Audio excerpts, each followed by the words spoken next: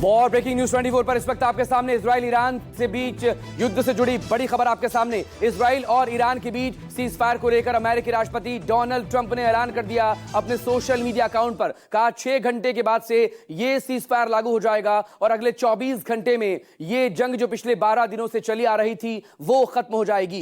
दावा यह भी कि पहले 12 घंटे में ईरान की तरफ से हमले रोके जाएंगे और उसके बाद 12 घंटे के बाद इजराइल की तरफ से भी कोई हमला नहीं होगा। अगले 24 घंटे में पूरी तरह से सीज फायर का ऐलान अमेरिकी राष्ट्रपति डोनाल्ड ट्रंप की तरफ से किया जा रहा है, यानी कि complete cease fire next 24 hours. सवाल अब इसी को लेकर, एक तरफ अमेरिकी राष्ट्रपति का ये ट्वीट आया, ये सोशल मीडिया ट्रुथ सोशल कहते हैं, वहां पर ये पोस्ट आया, वहीं दूसरी तरफ इजराइल की तरफ से फ्रेश अटैक हो गया करीब आधा घंटे बाद ही तेहरान पर। अब इसी को लेकर दरअसल नाराजगी क्या लिखा है अपने सोशल मीडिया अकाउंट पर डोनाल्ड ट्रंप ने। इजराइल और ईरान ने मिलकर फैसला किया है कि 6 घंटे बाद जब दोनों देश अपनी आखिरी सैन्य कार्रवाई पूरी कर लेंगे तो पहले ईरान युद्ध विराम करेगा और बाद में इजराइल सैन्य कार्रवाई रोक देगा।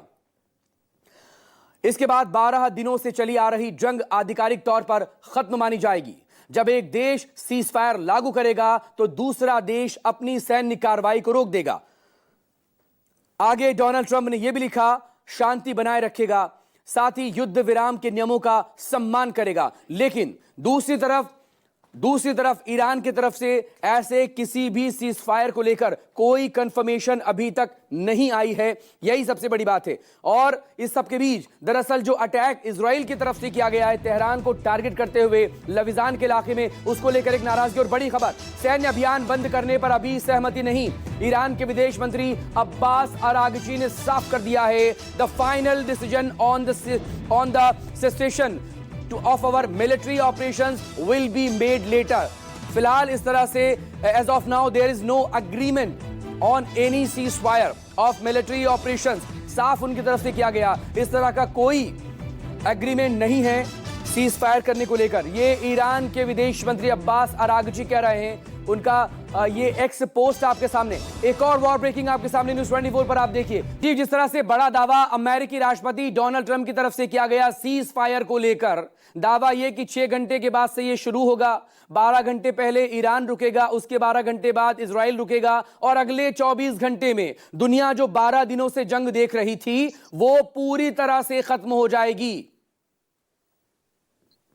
देखिए, ऐसा लगता है कि कल रात जो अटैक्स हुए थे मिडिल ईस्ट में जितने अमेरिकन बेसेस हैं उनके ऊपर, उस अटैक के बाद ही यह सिलसिला शुरू हुआ है। तो इसका अर्थ ये है कि जो संधि की शर्तें हैं वो दरअसल ये थी कि ईरान का हमला होगा और ईरान का हमला एक पहले से तय हमला था। इसे बाद में कतर ने और अमेरिका ने बताया था और उसके बाद देखिए कुछ घंटे बीते और उसके बाद ट्रंप ने इस बात की घोषणा की और उन्होंने बाकायदा एक प्रोसेस की घोषणा की है। एक प्रोसेस जिसमें कहा जाता है कि जिस वक्त वो घोषणा कर रहे थे उसके 6 घंटे बाद से पूरी प्रक्रिया जो है युद्धबंदी की वो शुरू होती है। शुरुआती 12 घंटों में जो ईरान की तरफ से कोई भी धमाके नहीं किए जाएंगे और अगले 12 घंटों में इजराइल की तरफ से कुछ नहीं किया जाएगा। यानी कि शुरुआती 12 घंटों में इजराइल कुछ कर सकता है या नहीं कर सकता है, लेकिन ईरान कुछ नहीं करेगा, कोई अटैक नहीं करेगा। और उसके बाद वाले 12 घंटों में इजराइल भी कुछ नहीं करेगा, यानी कि पुख्ता किया जाएगा कि कोई एक दूसरे के खिलाफ जो है वो हमले नहीं कर रहे हैं। और फिर 24 घंटे जब बीत जाएंगे तो इसे पूरी तरह से माना जाएगा कि अब ये सीज फायर हो गया। इसके अलावा आप अगर रांची जो कि वहां के विदेश मंत्री हैं ईरान के, उनकी ट्वीट को देखें तो उन्होंने ये जरूर कहा है कि हमारे पास कोई प्रपोजल नहीं है, लेकिन उन्होंने साफ ये भी कहा है कि अगर 4 बजे के बाद इजराइल कोई फायर नहीं करता हमारे ऊपर तभी ये मानी जाएगी। अब जब हम बात कर रहे हैं तो ये 7 बज गया है, यानी कि वहां का 4 यहाँ का 6 बजना और 6 घंटे और बीत गए हैं। यानी कि अब अगले कुछ घंटे बड़े क्रूशियल हैं। अगर इन दौरान इजराइल कुछ बहुत बड़ा हमला कर देता है, क्योंकि ईरान को तो करना नहीं है जो शर्तें हैं उसके अनुसार, तो फिर ये माना जाएगा कि बहुत ज्यादा गंभीर नहीं है इजराइल। लेकिन अगर मान लीजिए कि उसके हॉस्टिलिटीज में कमी आती है तो जाहिर है उसके बाद ईरान भी प्रत्युत्तर नहीं देगा और ये माना जाएगा कि एक युद्धबंदी फौरी तौर पर वहां हुई है। इसके लिए कोई प्रपोजल जाएगा, इस तरह की बात कोई कम से कम ट्रंप ने भी अपनी ट्वीट में नहीं की थी। इसलिए अराची अपनी बातों में हाँ भी कह रहे हैं और ना भी कह रहे हैं। संभवतः ऐसा लगता है कि लोगों के सामने वो अपने आप को कमजोर होते नहीं दिखाना चाहते हैं, अब आपको अली खामनेई के ट्वीट पे भी जाना पड़ेगा। जी। और जो दावे आ गए थे, अली खामनेई ने उन दावों के बाद ये ट्वीट किया था, और जिसमें उन्होंने कहा था कि those people who know the Iranian people and their history know that the Iranian nation isn't a nation that surrenders. हम लोग कभी भी सरेंडर नहीं करते हैं, लेकिन उन्होंने सीज फायर नहीं है ऐसा कुछ नहीं कहा था। दोज पीपल जो हमें जानते हैं वो मानते हैं हम सरेंडर नहीं करेंगे। ये तमाम बातें ये साबित करती हैं कि निश्चित ही कोई ना कोई एक सहमति बनी है।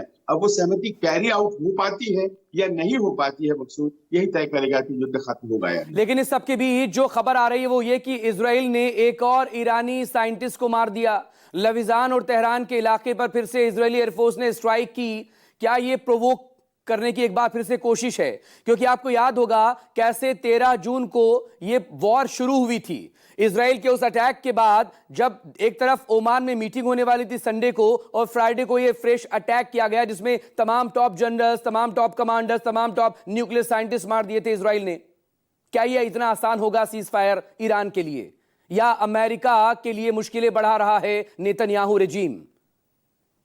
यकीनन ये मुश्किल बढ़ाने वाली बात है, क्योंकि हमेशा इजराइल अग्रेसर के रूप में देखा जाता है और फिर बात बढ़ जाती है। लेकिन इस बात को भी आप देखें कि जो शर्तें लिखी गई हैं, उन शर्तों के अनुसार शुरुआती 12 घंटे Iran will start cease fire and upon the 12th hour Israel will start the cease fire. यानी कि अभी जो युद्धबंदी की शर्तें हैं वो इजराइल पर लागू नहीं है, अभी ईरान पर लागू है। तो मकसूद ये देखना है कि ईरान क्या इसका कोई भयंकर प्रत्युत्तर करता है, और अगर वो नहीं करता है इस तरह की घटनाओं का जो अभी दर्ज हुई है अब पिछले कुछ 1 घंटे 1.5 घंटे में, अगर इसका प्रत्युत्तर नहीं होता है तो माना ये नहीं जाएगा कि सीज फायर की शर्तें जो है वो धीरे धीरे ईरान और इजराइल एक्सेप्ट कर रहे हैं। जी सजीव प्लीज बने रहेगा हमारे साथ। एक आप जिक्र कर रहे थे ईरान के विदेश मंत्री अब्बास अरागची का, क्या उन्होंने अपने सोशल मीडिया अकाउंट एक्स पर लिखा है, सुनिए जरा। इजराइल के साथ अभी कोई अंतिम युद्ध विराम समझौता नहीं हुआ है। आगे लिखा अरागची ने, अगर इजराइल तेहरान के समय के मुताबिक सुबह 4 बजे तक ईरानियों पर अपने गैर कानूनी हमले रोक देता है तो ईरान इजराइल के खिलाफ जवाबी कार्रवाई जारी नहीं रखेगा। यह बड़ी बात उनकी तरफ से यहां पर कही गई है। आगे अब्बास अरागची लिखते हैं, ईरान अपनी सैन्य कार्रवाइयों को रोकने का अंतिम फैसला बाद में करेगा। Sanjeev, between the line. जी हाँ, देखिए अब्बास अरागची कल पुतिन से मिले, उसके बाद फिर शाम वाली वो पूरी घटनाक्रम घटित हुई जिसमें कि आपने देखा कि अटैक्स हुई ईरान की तरफ से अमेरिकन मिलिट्री बेसिस पर, उन्हें नेस्तनाबूद किया गया, हवा में मार गिराया गया, लेकिन काउंटर अटैक नहीं किया गया, पहली बात। दूसरी बात ये कि कतर के ही बेस पे किया गया जो पूर्णतः खाली कर दिया गया था, और ये खाली किए जाने की जो खबरें थी वो पहले ही आ चुकी थी कि वहां कोई भी अमेरिकन फाइटर्स नहीं है, तो उसी बेस पे हमला कराया गया। तीसरी बात ये हुई कि हमले के तुरंत बाद कोई बहुत बड़ी प्रतिक्रिया अमेरिकन फाइटर जेट्स ईरान की तरफ जा रही, ऐसा नहीं है। हालांकि इजराइल शायद ये चाहता है लेकिन ऐसा नहीं हुआ। और उसके बाद फिर ये घोषणाएं शुरू हो गई जिसमें कि ये कहा गया कि अब हम पीस की तरफ जा रहे हैं। और अगर आप देखें ध्यान से डोनाल्ड ट्रंप के टाइमलाइन को, तो आप पाएंगे कि कम से कम 1 दर्जन ट्वीट्स उन्होंने की है, उतना नहीं तो कम एक आधी कम होगा। और इस तरह से उन्होंने इस बात को स्थापित करने की कोशिश की है कि चरणबद्ध तरीके से हम सीज फायर की तरफ जा रहे हैं। यानी कहीं कुछ हुआ है जो कि पुतिन यानी के रूसी राष्ट्रपति के मुलाकात से लेकर के रात की उस घटनाक्रम तक जहां पर एक दूसरे के खिलाफ फायरिंग हुई और ईरान ने सीधे सीधे हमला बोला और उसके बाद उसका उतना बड़ा जबरदस्त जवाब नहीं दिया गया, कहीं कुछ अरेंजमेंट हुआ और उसी अरेंजमेंट का ये नतीजा है कि इस तरह के ट्वीट्स आए हैं। अरागची साहब की ट्वीट को आपने पढ़कर सुनाया मकसूद, और मुझे ये लगता है कि उनकी बातों में भी कहीं ना कहीं एक्सेप्टेंस भी है, और अगर आप कर दोगे तो हम करेंगे वाली बात है। तो अब देखना यह है कि इजराइल इस बात को करता है या नहीं करता है। वो समय सीमा आरंभ हो चुकी है, और इस समय सीमा जिसे कहा गया है अरागची साहब के द्वारा कि अब ये समय सीमा ऐसी है जिसमें आप अगर हमला करेंगे तो हम नहीं मानेंगे। देखना यह है कि इजराइल कितनी गंभीरता से इसे ऑब्जर्व करता है। क्योंकि वक्त का जिक्र आप संजीव कर रहे हैं, भारतीय समय के मुताबिक दोपहर 3:30 बजे के बाद मॉस्को में बैठक हुई पुतिन और ईरान के विदेश मंत्री की, और उसके अगले 12 घंटे के अंदर कितना घटनाक्रम हुआ है। 4 जगहों पर अटैक ईरान की तरफ से हुआ, और 12 घंटे पूरे होने से पहले पहले, चूंकि सुबह 3:30 बजे का ये सोशल ट्रुथ पर जो उन्होंने लिखा है, ट्रुथ सोशल पर, वो 3:30 बजे के आसपास लिखा है, यानी कि 11 से लेकर 12 घंटे में ये सीज फायर का ऐलान। तो क्या रशिया की एंट्री और समर्थन के बाद कहीं ना कहीं डोनाल्ड ट्रंप खुद को या अमेरिका को इस वॉर में कमजोर नहीं देखना चाहते थे? क्योंकि अगर मिडिल ईस्ट में ईरान के निशाने पर तमाम जो मिलिट्री बेस है अमेरिका की वो आ जाते हैं, तो फिर इससे कहीं ना कहीं अमेरिका की कमजोरी नजर आएगी, और वो देखा है हमने रात के वक्त में। हाँ, पर ये जो तमाम बातें ही अटकलों के दायरे में है। सबसे बड़ी बात तो ये है कि हमला किए जाने के बावजूद किसी तरह की प्रतिक्रिया अमेरिकन फाइटर्स की तरफ से नहीं की गई, जो कि बहुत ही आसान थी। इजरायली फाइटर्स कोई बहुत भीषण रात भर हमला किए हो ऐसा भी नहीं दिखाई पड़ता है। और ये साइंटिस्ट के मरने की बात कब हुई है? क्या पिछले 1 घंटे के दौरान जो हमला हुआ है उसमें हुई है, या 12-15 घंटे से जो हमले चल रहे थे उसके पहले से चल रहे थे उसमें हुई है? ये भी स्पष्ट नहीं है जी। सबसे बड़ी बात यह है कि आज की तारीख में ईरान बार बार इस बात को सुनिश्चित करने की कोशिश कर रहा था कि उसे एक सम्मानजनक तरीके से लिया जाए, और एग्जिट जाहिर है कि वो चाहता था। उस एग्जिट की प्रक्रिया को किस तरह से प्रारंभ किया जाए, उसका सम्मान बना रहे, ईरान के लिए बहुत महत्वपूर्ण था। और ऐसा लगता है कि उनके विदेश मंत्री ने मॉस्को की यात्रा के दौरान इन सब चीजों को सुनिश्चित किया है। और रूस की जो भूमिका हुई है वो मिलिटरली शायद नहीं है, ये भूमिका ऐसी भूमिका है जिसमें कि वो एक मध्यस्थ के तौर पर अमेरिका और बाकी मिडिल ईस्ट के जितने देश हैं और तमाम जो नाराजगी हो रही थी ईरानियन अटैक जो हुआ था उसके कारण से, उन सबको सबलाइम करते हुए, उन सबको डाइल्यूट करते हुए एक पीस प्रपोजल सामने आया। और उसी पीस प्रपोजल का असर है कि आप पा रहे हैं कि इतनी चीजें आई हैं और इसके विरोध में ईरान की तरफ से कोई भी चीज लिखी नहीं गई है। विरोध तो अरागची साहब का ट्वीट भी नहीं कहा जाएगा। हाँ, ये जरूर है कि वो कह रहे हैं आखिरी लाइन में कि हमें अभी इस वक्त कोई रिटन डॉक्यूमेंट नहीं मिला है। जाहिर है रिटन डॉक्यूमेंट नहीं मिला है, लेकिन जो बातें ट्रंप द्वारा कही गई हैं उसको खारिज भी नहीं कर रहे हैं अरागची। और ट्रंप लगातार इस तरह के दावे पहले भी करते हुए सामने आ चुके हैं सीज फायर को लेकर, और पहले से ही जब ऑफर किया गया था, देखिए 36 घंटे पहले, 48 घंटे पहले, आपको याद होगा कैसे सुबह 4:30 बजे के वक्त में B-2 बॉम्बर्स ने अटैक किया, और पिछले 12 घंटे के बाद ये तमाम हालात बदले हैं। तो ये पूरी टाइमलाइन भी क्या ऐसा नहीं लग रहा है कि बहुत सोची समझी स्ट्रैटेजी के साथ ये पूरा आगे बढ़ा है?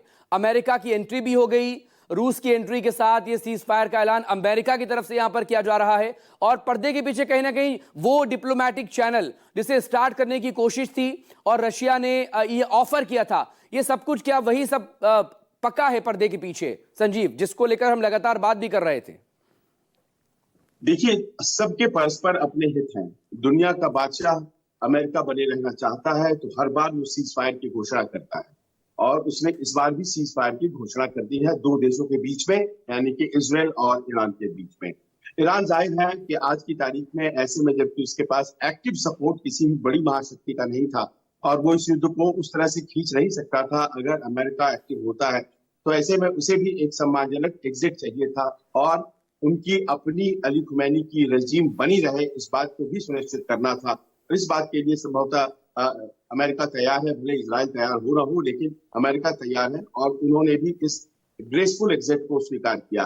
दुनिया के देश जो कि तेल की बढ़ती कीमतों की वजह से परेशान थे, उन्हें यह लग रहा था कि अगर ये मामला आगे बढ़ता है तो हमारी इकोनॉमी अर्थव्यवस्था प्रभावित होनी शुरू हो जाएगी। ये बात अमेरिका को भी लग रही थी, तो इसीलिए जो ऑयल प्राइसेस 20% बढ़ गई थी पिछले 1 महीने में, और गल्फ ऑफ हॉर्मुज भले ही बंद ना हुआ हो, लेकिन आप जानते हैं मकसूद, वहां से कोई भी टैंकर गुजर नहीं रहा था। सबों को यह खतरा था कि कभी भी कुछ हो जा सकता है। लिहाजा ऐसा लगता है कि बहुत सी ऐसी फोर्सेस थी, वो चाह रही थी कि बहुत हुआ, अब खत्म कीजिए, 12 दिनों का ये सिलसिला अब यहीं पर विराम देते हैं, और उन्हीं का सम्मिलित प्रयास है कि आज आप ये देख रहे हैं कि कम से कम सीज फायर जैसी बातें हो रही हैं। जी, लेकिन एक शर्त पर जरूर ईरान इसे खारिज करता नजर आ रहा है, और वो डोनाल्ड ट्रंप के इस सोशल मीडिया पोस्ट से वो नजर भी आ रहा था, क्योंकि ईरान पहले से ही अपना रुख साफ करता रहा था कि वो पहले हमले नहीं रोकेगा। क्या ये कोई अड़चन हो सकती है? और खुद ईरान के विदेश मंत्री भी कहा कि सुबह 4 बजे के बाद से अगर कोई हमला इजराइल नहीं करेगा तो हम हमले रोक देंगे। क्या ये कोई अड़चन जी हो हाँ। सकता है, यानी कि सब कुछ अब जी हाँ। इजराइल के स्टैंड पर डिपेंड करेगा? जी हाँ, मकसूद आपने एकदम सही रीड किया है इसे। शर्त जो प्रेसिडेंट ट्रंप ने दी है, उन शर्तों के मुताबिक तो जो शुरुआती 12 घंटे हैं उसमें ईरान को ऑब्जर्व करना है, और बाद के 12 घंटे इसराइल को ऑब्जर्व करना है, और फिर 24 घंटे के बाद ये टोटल सीज फायर हो जाता है। लेकिन ऐसा लगता है कि ये शुरुआत के 12 घंटे ईरान ऑब्जर्व नहीं करेगा, ये अराजी दिखते नजर आ रहे हैं अगर इसराइल हमले जारी रखता है तो। जी। यानी कि उन्होंने भी अपनी शर्त पे शर्त डाल दी है, वो मना नहीं कर रहे हैं, लेकिन वो उम्मीद कर रहे हैं कि वो जो समय अवधि आपने दी है कि इसमें ईरान को ऑब्जर्व करना है, इसराइल को ऑब्जर्व नहीं करना है, हम ऐसा नहीं मानते हैं। इस 12 घंटे में हम भी ऑब्जर्व करेंगे तो इसराइल को भी शांति ऑब्जर्व करनी पड़ेगी, वरना हम इस बात को नहीं मानेंगे। लेकिन ये तमाम बातें आने वाले कुछ घंटों के गर्भ में है। देखना यह है कि ये जो अगले 10 घंटे गुजरते हैं, इन 10 घंटों में क्या इसराइल कोई बहुत बड़ा अटैक माउंट करता है, और अगर ऐसा वो करेगा तो माना यह जाएगा कि उसे सीज फायर संदेश स्वीकार नहीं है, क्योंकि अभी तक मकसूद इसराइल की तरफ से इस पूरी सीज फायर के बारे में एक शब्द नहीं कहा गया। लेकिन कल दोपहर के वक्त में संजीव जब हम बात कर रहे थे तब एक खबर आई थी अमेरिकी मीडिया हाउस की तरफ से, शायद न्यूयॉर्क टाइम्स के हवाले से खबर आई थी कि इजराइल की तरफ से सीज फायर की पेशकश है, लेकिन ईरान ने कहा था कि अभी थोड़ा रुको। तो क्या ये उस वक्त से ही ये पूरी प्रोसेस शुरू हो गई थी? और एक जो जिसको आप कह रहे हैं कि फेस सेविंग एग्जिट, दरअसल एक ऑनरेबल एग्जिट चाह रहा था इस वॉर से ईरान, वो उसने अमेरिकी बेसिस को निशाना बनाते हुए पूरा कर लिया, और इसके फौरन बाद ट्रंप की तरफ से भी ये खबर आ गई थी कि अमेरिका इस पर कोई जवाब नहीं देगा। तो ये पूरा सब कुछ जो पका है वो पिछले 12 से लेकर 18 घंटे के बीच में ये सब कुछ हुआ है। यकीनन देखिए, पिछले 12 से 18 घंटे बड़े ही क्रूशल रहे हैं, और ये कैसे क्रूशल रहे हैं वो तो तमाम ये ट्वीट्स जाहिर भी करती हैं। अब सवाल ये उठता है कि इन ट्वीट्स का जो वजन है वो कितना है। अमेरिकी राष्ट्रपति की बातों को मना भी कर दिया जाता है, कई बार हमने देखा है, और इजराइल तक मना कर देता है, ईरान तो उनके खिलाफ लड़ रहा है। इसीलिए इसका वजन क्या है वो इस बात पर निर्भर करेगा कि जो पार्टीज हैं वो कितनी संजीदगी से सीज फायर की तरफ बढ़ना चाहती हैं। इजराइल भी बढ़ना चाहता है क्या ईरान भी खुद ऑनरेबल एग्जिट चाहता है और वो भी ऑब्जर्व करेगा? ये तमाम ऐसे प्रश्न हैं जो 10-15 घंटे अभी और हैं जिसमें कि ये तय हो जाएंगे। लेकिन एक बात कहना यहाँ पर चाहूंगा मकसूद, कि ये युद्ध भले ही फौरी तौर पर थम जाए, ये युद्ध खत्म नहीं होगा। और मुझे इस बात को कहते हुए दरअसल ये भी कहना पड़ेगा कि इजराइल की जो मंशा है वो पार्शियली ही मीट हुई है। अमेरिका की जो मंशा थी वो टोटली मीट हुई है। अमेरिका नहीं चाहता था कि वो ईरान को एक परमाणु हथियार बनाते हुए देखे, और उस अपने एम में वो सफल हुआ है। कुछ साल पीछे धकेल दिया गया है ईरान के परमाणु कार्यक्रम को, लेकिन इजराइल का लक्ष्य ये था कि वहां रेजिम चेंज हो जाए, अली खामेनेई को खत्म करें, लेकिन वो तो पूरा नहीं हुआ। इसलिए इजराइल कितना ज्यादा इस बात को मानेगा, सब कुछ बड़ा संदिग्ध है और इजराइल पर निर्भर करता है। इसीलिए ये इजराइल की तरफ से जब तक कोई शब्द नहीं आ जाते, कोई एक्सेप्टेंस की बात नहीं आ जाती, तब तक पक्के तौर पर इसे मुकम्मल नहीं माना जाएगा। संजीव प्लीज हमारे साथ बने रहेगा, लगातार और भी तमाम आपसे बात करनी है इस